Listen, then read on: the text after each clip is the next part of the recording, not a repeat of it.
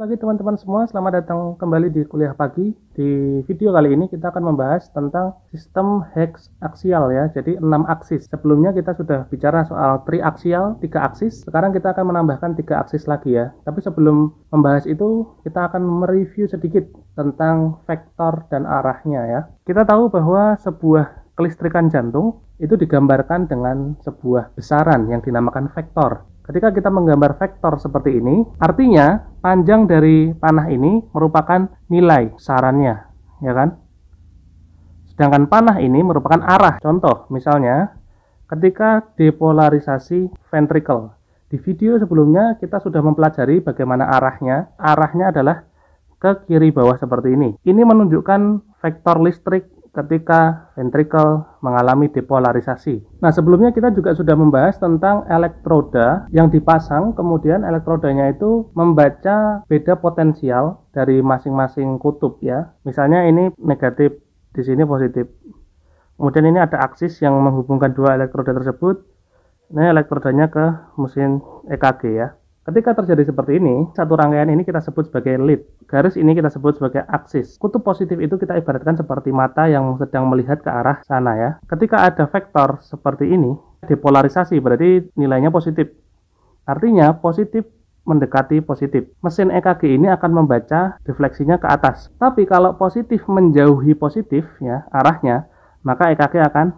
Sekarang sistem hex aksial ya. Sistem triaksial kemarin sudah kita bahas. Oke, ketika kita ke arah sini ya, kita sebut sebagai counter clockwise ya, melawan arah putaran jam.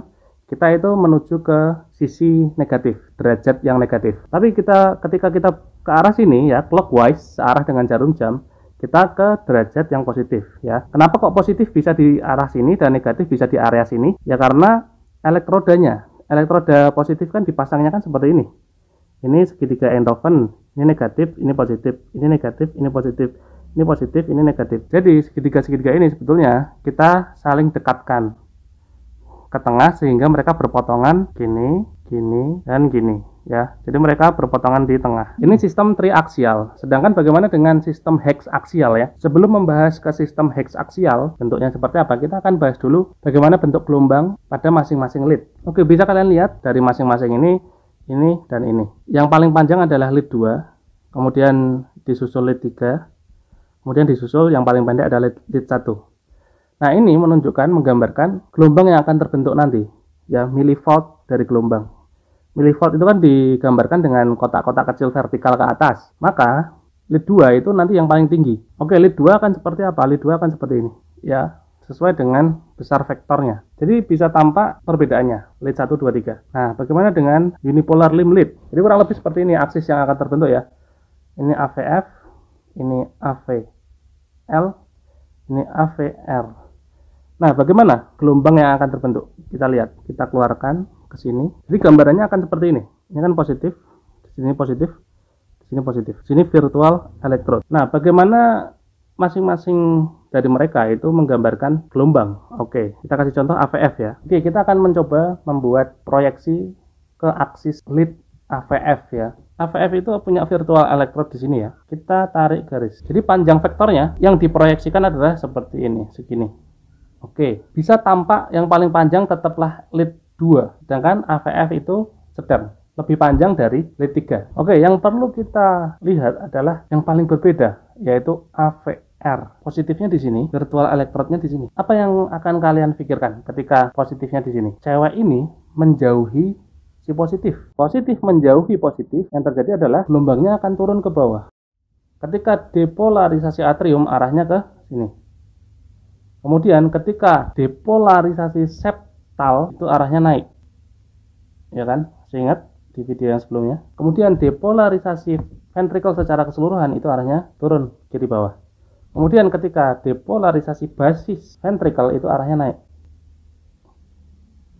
Jadi ini saya perbesar, maka yang akan terbentuk gelombangnya adalah, kenapa gelombangnya seperti ini?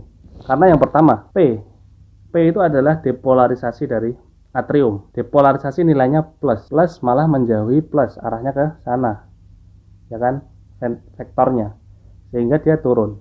Q itu adalah gelombang dari depolarisasi septal ventricle, arahnya ke atas. positif ke positif. Jadi dia naik. R adalah depolarisasi ventricle yang paling besar itu. Positif menjauhi positif, arahnya ke sini. Berarti dia turun. S itu adalah depolarisasi dari basis ventricle sehingga dia arahnya naik, positif mendekati positif, dia naik. Nah, T itu masih ingat, T adalah repolarisasi. Repolarisasi kalau dari jantung gini, itu berawal dari yang paling luar dulu, outer layer, kemudian ke arah atas gitu. Berarti arahnya ke sana, ya kan? Ya, betul ya.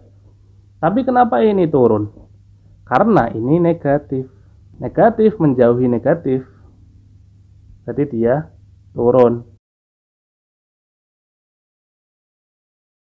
Seperti itu ya. Jadi gelombang yang ada di AVR itu beda sendiri. Oke, kita akan gabungkan aksis-aksis tadi, triaksial yang punyanya bipolar limb ya sama unipolar limb. Nah, di video selanjutnya kita akan membahas fungsi dari sistem heksaksial ini. Itu akan kita bahas di video selanjutnya. Jadi kalau ada pertanyaan silakan komen, kalau ada koreksi silakan komen, jangan lupa like, share, and subscribe. Terima kasih, selamat pagi.